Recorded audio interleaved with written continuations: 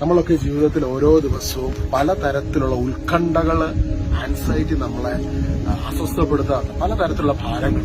അതെങ്ങനെയാവും, അതെങ്ങനെയാ ചെയ്യുന്നത്, എനിക്ക് ഇത്ര സമയമുള്ളത്, ഈ സമയത്തിനകത്ത് ഞാൻ എങ്ങനെ കംപ്ലീറ്റ് ആവും എന്നൊക്കെ ഓർത്ത് ചിലപ്പോൾ ചില എക്സാമിനേഷനൊക്കെ പ്രിപ്പയർ ചെയ്യുന്ന സമയത്ത് എക്സാമിന് തലേദിവസമൊക്കെ ആണെങ്കിൽ അല്ലെങ്കിൽ 2 ദിവസം മുമ്പൊക്കെ കൂടുതൽ ഇങ്ങനെ ചിന്തകൾ വന്ന് നമുക്ക് നമ്മുടെ പ്രിപ്പറേഷനെ എല്ലാം തകിടം മറിക്കുകയാണ്. ഞാൻ പിള്ളേരെ പഠിപ്പിച്ചുകൊണ്ടിരുന്ന സമയത്ത് ഞാൻ എപ്പോഴും പറഞ്ഞുകൊണ്ടിരുന്നൊരു കാര്യം, നിങ്ങൾ എക്സാമിനേഷന്റെ ഈ ദിവസങ്ങൾക്ക് മുൻപ് നിങ്ങളിങ്ങനെ എല്ലാം ഓർത്ത് ഇങ്ങനെ ആകുലപ്പെടുന്തോറും നിങ്ങളെ ടെൻഷൻ കൂടുന്നതല്ലാതെ നിങ്ങൾക്ക് കൂടുതലൊന്നും ഫോക്കസ് ചെയ്യാൻ പറ്റുന്നില്ല.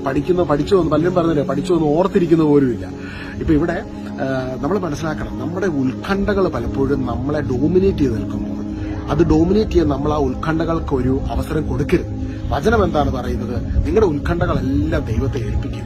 അപ്പൊ ഇന്ന് ഉത്കണ്ഠപ്പെടുന്നതിന് മുൻപ് ആ ഉത്കണ്ഠകളെ ദൈവത്തിന് ഏൽപ്പിച്ചു കഴിയുമ്പോൾ നമ്മുടെ ഉള്ളിലേക്ക് അവിടുത്തെ സമാധാനം നമ്മുടെ ഹൃദയങ്ങളെയും ചിന്തകളെയും കാത്തുകൊള്ളുമെന്നാണ് ഫിലിപ്പിയർ 4:6-7 വചനത്തിൽ നമ്മൾ കാണുന്നത്. അതായത് ഈ ദൈവിക സമാധാനം നമ്മുടെ ഉള്ളിൽ നിറയപ്പെടുമ്പോൾ നമുക്ക് പെർഫോം ചെയ്യാവുന്നതിന് ഏറ്റവും ബെറ്ററായിട്ട്, ഏറ്റവും ബെസ്റ്റായിട്ട് നിങ്ങളുടെ പരീക്ഷകളിൽ നിങ്ങൾ ചെയ്യുന്ന എന്ത് കാര്യത്തിലാണോ അതിനകത്ത് പെർഫോം ചെയ്യുവാൻ നിങ്ങൾക്ക് സാധിക്കും.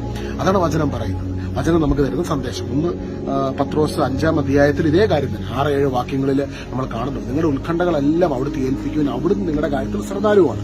ഫിലിപ്പിയർ 4:6-7 പറയുന്നു, നിങ്ങൾ ഒന്നിനെക്കുറിച്ച് ഓർത്ത് ആകുലരാകേണ്ട, നിങ്ങളുടെ ഈ വിഷമങ്ങളും ഉത്കണ്ഠകളും എല്ലാം തമ്പുരാന്റെ സന്നിധിയിൽ കൃതജ്ഞതാ സ്തോത്രങ്ങളോടെ സമർപ്പിക്കുക. അപ്പൊ ഇന്ന് നിങ്ങളെ ഒരു കാര്യം ഭാരപ്പെടുത്തുന്നുണ്ടെങ്കിൽ ആ ഭാരപ്പെടുത്തുന്ന വിഷയത്തിനകത്ത് തമ്പുരാനെ അത് നിന്റെ കരങ്ങളിലേക്ക് ഞാൻ ഏൽപ്പിക്കുക കേട്ടോ.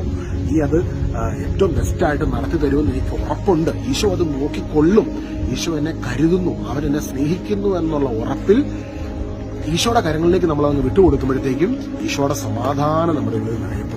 ഈ സമാധാനത്തിൽ നിങ്ങൾ എക്സാം എഴുതാൻ പൊക്കോ, ഈ സമാധാനത്തിൽ നിങ്ങൾ എന്ത് കാര്യം ചെയ്തോ അതിനകത്തൊക്കെ നമ്മൾ ഈ സമാധാനമില്ലാതെ ചെയ്യുന്നതിനേക്കാളും 10 മടങ്ങ് ബെറ്ററായിട്ട് നമുക്ക് പെർഫോം ചെയ്യാൻ പറ്റും. വെറുതെ ഉത്കണ്ഠപ്പെട്ടതുകൊണ്ട് നമ്മുടെ എക്സാമിൽ നമുക്ക് ബെറ്ററായിട്ട് പെർഫോം ചെയ്യാൻ പറ്റുമോ? ഇല്ല. എന്നാൽ ഇത് ദൈവത്തിന്റെ സന്നിധിയിൽ സമർപ്പിക്കുമ്പോൾ പരിശുദ്ധാത്മാവിന്റെ അഭിഷേകം നമ്മളെ നമ്മുടെ ബെസ്റ്റിലേക്ക്, നമ്മുടെ ഏറ്റവും വെരി ബെസ്റ്റിലേക്ക് നമ്മളെ വഴി നടത്തും. അങ്ങനെ എല്ലാ മേഖലകളിലും എക്സാമിന്റെ തലേദിവസം മാത്രമല്ല, പഠിക്കാൻ തുടങ്ങുന്ന ആദ്യത്തെ ദിവസം മുതൽ, നിങ്ങളുടെ സെമസ്റ്റർ ആരംഭിക്കുന്ന ആദ്യത്തെ ദിവസം മുതൽ ഉത്കണ്ഠകളെ ദൈവത്തിന് ഏൽപ്പിച്ചു കൊടുത്തു. പരിശുദ്ധാത്മാവിന്റെ അഭിഷേകം ഉന്നത വിജയം നിങ്ങൾക്ക് നൽകും. എക്സാമിന്റെ കാര്യത്തിൽ മാത്രമല്ല, ഏത് വിഷയത്തിലും പരിശുദ്ധാത്മാവ് നമ്മളെ സഹായിക്കും, നമ്മളെ വിജയത്തിലെത്തിക്കും. അവനോട് ചേർന്ന് എല്ലാം നമുക്ക് നൽകപ്പെട്ടിരിക്കുന്നുവെന്ന് ദൈവത്തിന്റെ വചനത്തിൽ പറഞ്ഞിട്ടില്ലേ? റോമ 8:32 ആ ഈശോ നമ്മുടെ കൂടെയുണ്ട്. അവൻ നമ്മുടെ ജീവിതത്തെ മനോഹരമാക്കുന്നു. God bless you.